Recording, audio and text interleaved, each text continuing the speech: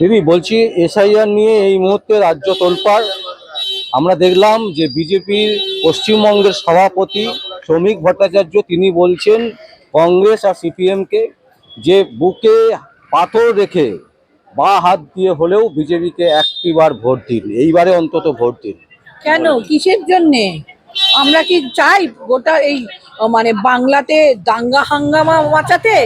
যেদিন সোহরাবর্দীর সঙ্গে হাত মিলিয়েছিলেন ওনাদের যিনি নেতা শ্যামাপ্রসাদ বাবু, তারপরে ক্যালকাটা কিলিং হয়েছিল, তখন ওনারা কোথায় ছিলেন?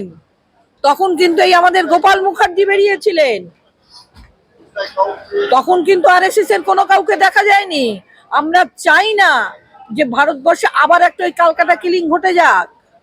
আমরা শান্তিপ্রিয় কংগ্রেস সহাবস্থান চাই। কেন আমরা বুকে পাথর চাপা রেখে ওনাদেরকে ভোট দিতে যাবো? এই আশাটা করেন কি করে ওনারা? এত দুরূহ আশা ওনাদের আসে থেকে? আমি তো ভাবতেই পারি না। একটা সুযোগ যদি পাই তাহলে কিসের পশ্চিমবঙ্গের 2014 সাল থেকে তো মসনদে রয়েছে, দিল্লির মসনদে। তা কি দেখিয়েছো? সবকা সবকা সাথ সবকা বিকাশ কি সব করেছো তোমরা কি করেছো? তাতে এত দিনকে দিন এত মূল্য বৃদ্ধি ঘটেছে। আজকে ধনতেরাসের দিন লোক কেঁদে ফিরছে, এক কুচু সোনা কিনতে পারেনি। 1,20,000 টাকা সোনার মূল্য করে দিয়েছো। তেলের দাম বাজারের সমস্ত জায়গায়, ক্রুড অয়েলের দাম কমলেও ভারতবর্ষে তোমরা তেলের দাম কমাওনি। ভারতবর্ষের টাকা কিভাবে বিদেশে পাচার করা যায় তার জন্য মেহুল চোকসি, আরো কি ললিত মোদী, আরো কি সবের সঙ্গে তোমরা হাত মিলিয়েছো। আদানি আম্বানিকে নিজেদের পোষ্য করে তাদেরকে পকেট ভরিয়েছো, আর সাধারণ মানুষের মুখে শুধুমাত্র ছাই গুঁজে দিয়েছো। তারপরে তোমরা চাইছো কংগ্রেস তোমাদের সঙ্গে হাত মিলিয়ে মুখে পাথর চাপা দিয়ে তোমাদের সাথ দেবে। দেশ এগোচ্ছে এখন, কোথায় দেশ এগোচ্ছে? কিসের তৃতীয়তম দেশ? তার শুরুটাকে, ভিতটা কোথায়? ভিতটা যদি তোমাদের মতো লোকের হাতে পড়তো তাহলে তো আলগা হয়ে যেত। আমি পায়খানা বাথরুম করতে যাচ্ছি অথচ আইটিআই গুলোকে সংশোধন করছি না। আমি পায়খানা বাথরুম করতে যাচ্ছি, দেশকে স্বচ্ছ ভারত অভিযান করাচ্ছি, অথচ রাস্তাঘাটের মধ্যে যে মেয়েদের শালীনতাতে হরণ করা হচ্ছে সেগুলো আমরা দেখছি না। এটাকে বলে দেশের উন্নয়ন? ছি। বলছি আগামী 2036-এর মধ্যে দেশ এত দূর এগোবে, নাম্বার 1-এ চলে যাবে। হ্যাঁ, সে তো নাম্বার 1-এ। আপনারা দেখতে পাচ্ছেন না? আপনারা তো সাংবাদিক, অনেক ঘুরে ঘুরে তো অনেক কিছু দেখেন, দেখতে পাচ্ছেন না?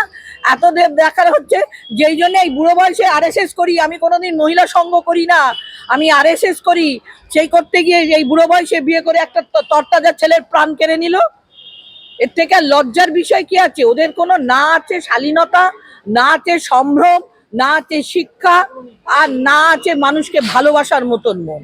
ওরা শুধু পয়সা চেনে, পয়সার ওপরেই বসে থাকে। বলছে বাংলায় একবার যদি সুযোগ আসে বিজেপির, তাহলে উন্নয়নের জোয়ার। হ্যাঁ, ভীষণ উন্নয়নের। আগে বলুন তো, বাংলায় তো এতগুলো জিতে গেল, কটাকে পূর্ণমন্ত্রী করেছে? সবাইকে তো হাফ প্যান্ট পরে, যেরকম আরএসএস হাফ প্যান্ট পরে ঘুরে বেড়ায়, সেরকম হাফ প্যান্ট মন্ত্রী করে রেখে দিয়েছে। কেন একটা পূর্ণমন্ত্রী বাংলা থেকে নেই? যতদিন কংগ্রেস ছিল বাংলায় সবসময় পূর্ণমন্ত্রী ছিল। গনি খান বলুন, প্রণব মুখার্জির কথা তো বলাই বাহুল্য, প্রিয়রঞ্জন দাস মুন্সি বলুন, সবাই পূর্ণমন্ত্রী ছিল। কেন একটা পূর্ণমন্ত্রী নেই বিজেপি? সেগুলো আপনারা প্রশ্ন করুন। বাংলার উন্নয়ন চায়, বাংলাটাকে আরো কেটে কুটে বাদ দিতে চায়। কারণ ওই গুজরাটি আপনার মোদিজি কখনোই বাংলাকে চায় না, কারণ বাংলার যে বুদ্ধিমত্তা সেটা ওদেরকে ভয় দেখায়। ওদের ভয় পায় বাংলার বুদ্ধিমত্তাকে, তাই জন্য কোনোদিন বাংলাকে ওরা সহ্য করবে না, বাংলাকে সেই জায়গায় নিয়ে যাবে না। এই যে এসআইআর হচ্ছে, এসআইআর হলে তো মানে ভারতবর্ষে যে যারা বাইরে থেকে এসে বাস করছে তাদেরকে বের করে দেওয়া, এটা তো একটা ভালো ভালো প্রকল্প। এসআইআর ভারতবর্ষ থেকে বের করে দেবার কথা কি হবে কি? কেন এই এসআইআর তো আগেও হয়েছে। আমি তো বুঝে পাচ্ছি না এর জন্য ঢাক ঢোল পিটিয়ে এত ঢঙ্কানিনাদের কি আছে? 2002 সালের আগে এসআইআর হয়নি, বা আমাদের ইলেকটোরাল রোল সংশোধন হয়নি, তার জন্য বাড়ি বাড়ি যায়নি।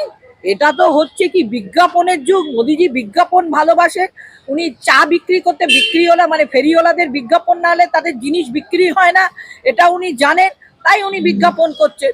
নালে আজকে দেখলেন না একটা দিবসে উনি স্যালুট নিচ্ছে, একটা কি টুপি পরেছিলেন ওটা? উনি জঙ্গল সাফারিতে বেরিয়েছেন, ওই টুপি পরে উনি ভারতবর্ষের প্রধানমন্ত্রী ইয়ে নিচ্ছে, অভিবাদন নিচ্ছে। ভারতবর্ষকে ডিজিটাল মার্কেটিং এ একটা ভালো জায়গা নিয়ে গেছে। ডিজিটাল মার্কেটিংটা শুরু করেছিল কে? আপনার হাতের ফোনটা প্রথম কে এনে দিয়েছিল? কম্পিউটার কার দ্বারা এসেছিল, এই এটিএম ব্যবস্থা কে করেছিল, আগে সেগুলো বলুন। আজকে রাজীব গান্ধী না থাকলে এগুলো তো আসতোই না ভারতবর্ষে, সেগুলোরই ওরা রিপিটেশন করছে। আর এর থেকে বেশি কি করেছে দেখুন না, কটা স্কুল কলেজ ঠিক করে করছে, কটা বিশ্ববিদ্যালয় করছে, কটা আইটিআই খুলেছে, আগে সেগুলো দেখুন, কটা ভালো এমস খুলেছে সেগুলো দেখুন, সেগুলো তো কিচ্ছু দেখছেন না। উনি বললেন কি যে আমাদের ভারতবর্ষের প্রতিটা মানুষ উন্নতি হবে, ভারতবর্ষের জিনিস আমরা নিজেরা কিনবো, বাইরের কোনো জিনিস নেবো না। তাহলে এত চায়না মাল ঢুকলো কি করে, ঢুকছে কি করে? কালী পুজোর আগে এত চায়না লাইট বাজারে বেরিয়েছিল কেন? আগে সেগুলো দিল্লির মার্কেটে গিয়েছিলেন? আমি ত্রয়োদশীর দিন গিয়েছিলাম, ধনত্রয়োদশীর দিন, পুরো চাঁদনি মার্কেট ওখানে পড়ে রয়েছে সব চাইনিজ লাইটে। কেন? দেশীয় প্রযুক্তির লাইট গেল কোথায়? এর উত্তর দেবে কে? বলছে দেশ এমন উন্নয়নে ভাসছে, আগামী 10 বছরের মধ্যে আমেরিকা হাতে পায়ে ধরবে। হ্যাঁ, এত উন্নয়নে ভাসছে, ওই জন্য সরসর করে হরপা মানে ওদিকে হিমাচল প্রদেশ গেল, এদিকে আমাদের দার্জিলিং চলে যাচ্ছে। এত উন্নয়নের জোয়ার বইছে, বুঝেছেন তো? এত উন্নয়নের জোয়ার বইছে যে মা গঙ্গা বা কৈলাস থেকেও বলুন, হিমালয় বলুন, খসে খসে খসে খসে পড়ে যাচ্ছে, এত উন্নয়নের জোয়ার চলছে। আচ্ছা, কংগ্রেস কি তৃণমূলকে সমর্থন করছে না, এসবের ক্ষেত্রে? না, কোথায় তৃণমূল, কোথাও এই যে দেখছেন? মানুষ মারা যাচ্ছে, তো ভুয়ো খবর। হ্যাঁ, অবশ্যই তো মানুষ এখন জানি না কিভাবে ওরা জানতে পারছে যে এসআইআর এর জন্যই আত্মহত্যা করেছে। হয়তো দিদিমণিকে কানে কানে বলে গেছেন, কারণ না, এই যে দিদিমণি তো প্রদীপ বলে বাংলার একজন মেয়ে। যে মারা গেছে, হ্যাঁ, প্রদীপ কর, খুবই দুঃখজনক ব্যাপার। ওনার তো সব হাতে মৃত্যু- আঙুলই নেই, 4টে আঙুল নেই। ওনা বা হাতে লিখেছে, এখন তো সেটা মানে প্রমাণযোগ্য ব্যাপার, ওটা ইনভেস্টিগেশনে রয়েছে। বা হাতে লিখেছেন না ডানাতে লিখেছেন, না ভাইপোর কোনো লোক গিয়ে লিখিয়ে দিয়েছে, সেটা তো আমরা বলতে পারবো না। আমরা তো এই কথা নিয়ে কিছু বলছি না। একজন মানুষ মারা গেছে, আমার প্রেসিডেন্ট তার বাড়ি গেছে, হ্যাঁ, যেটা একটা বয়স্ক মানুষ মারা যাওয়াটা খুবই দুঃখজনক ব্যাপার। কি কারণে মারা গেছে সেটা শুধু জানতে গেছেন, উনি তো বলেননি যে এসআইআর এর জন্যই মারা গেছে। আমার প্রেসিডেন্ট কিন্তু একথা প্রেসিডেন্ট বলেন, বলছে একটা মৃত্যু কাম্য নয়। সেটাই বলতে পারে, অবশ্যই কোনো মৃত্যুই কাম্য নয়। আজকে যখন আরজি করের ঘটনা ঘটে সেটাতেও প্রতিবাদ করি, আজকে যখন দুর্গাপুরের বোনটার ওপর ধর্ষণ হয় সেটারও প্রতিবাদ করি, আজকে তেমনি এটারও প্রতিবাদ করেছি। বা পার্ক স্ট্রিটে হোটেলের মধ্যেও যখন কোনো মৃত ব্যক্তিকে পাওয়া যায় তারও আমরা কিন্তু প্রতিবাদ করি। তা এই যে আপনারা তৃণমূলকে সমর্থন করছেন, না, SIR এর কখনোই ব্যাপারে, কখনোই করছে না, তৃণমূলকে কোনো সমর্থন করছে না।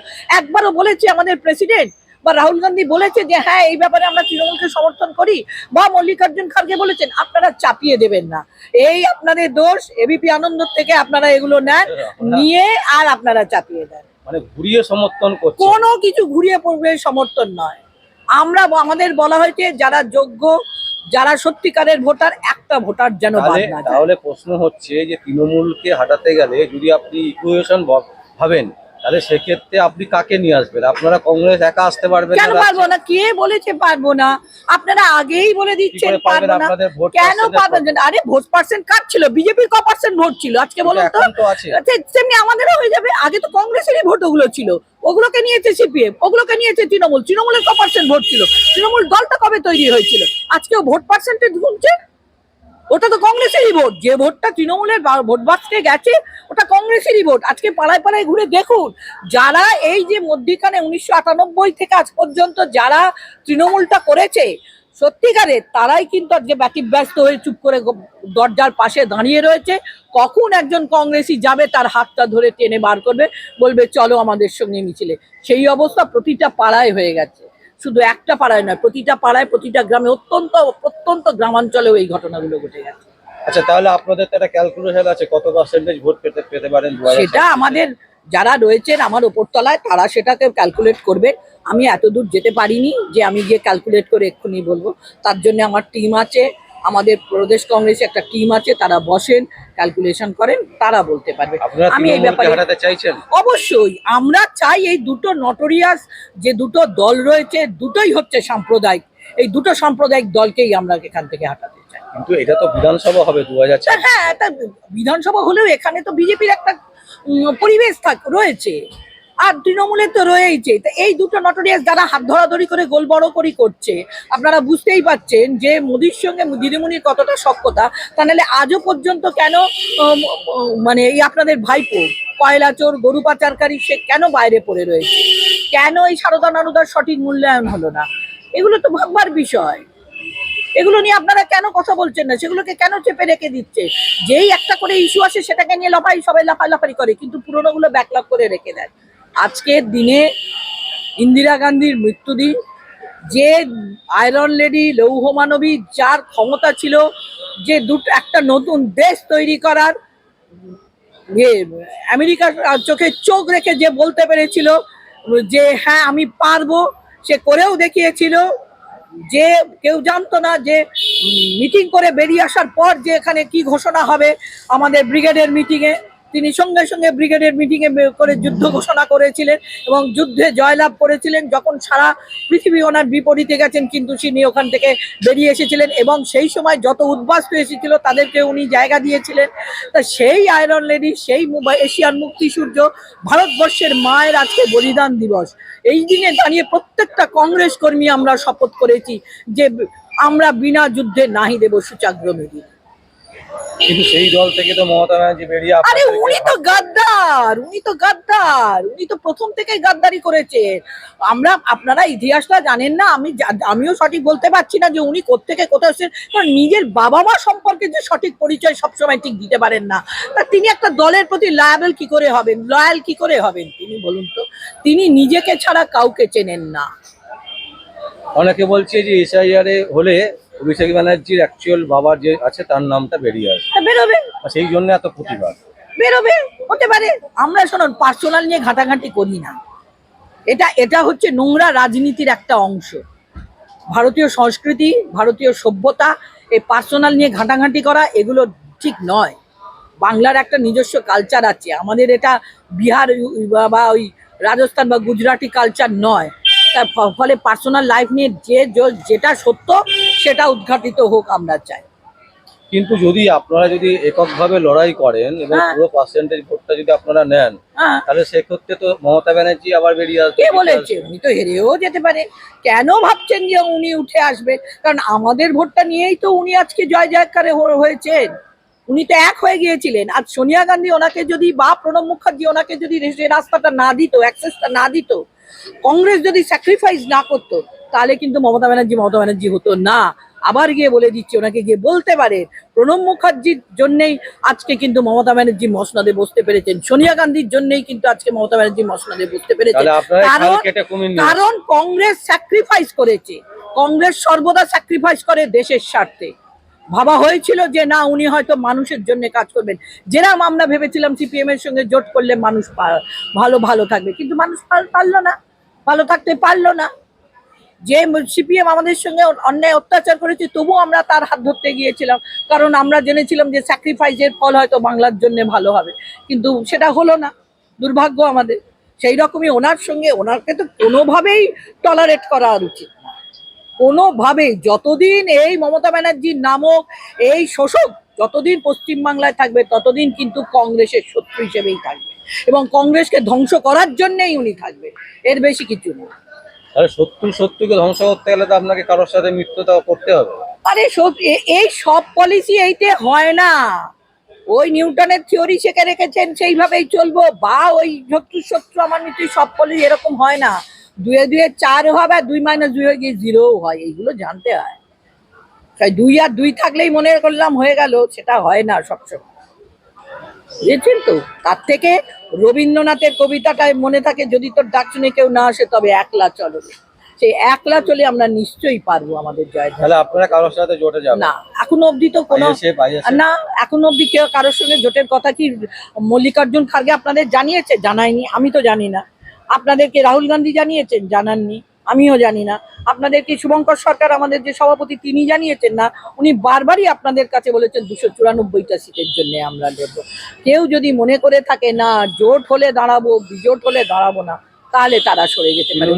এতগুলো সিটে আপনারা প্রার্থী দিতে পারবেন, সেটা ওনার ভাবনা চিন্তা। কেন? আগে উনি ওনার সিটগুলো ব্যবস্থা করুন ঠিক করে। একটা দলের 4টে উপদল, আগে সেইটাকে ঠিক করতে বলুন। সামনে আমার বারের ইলেকশন, তখন দেখে নেবেন। এর বেশি আর কিছু বলবো না।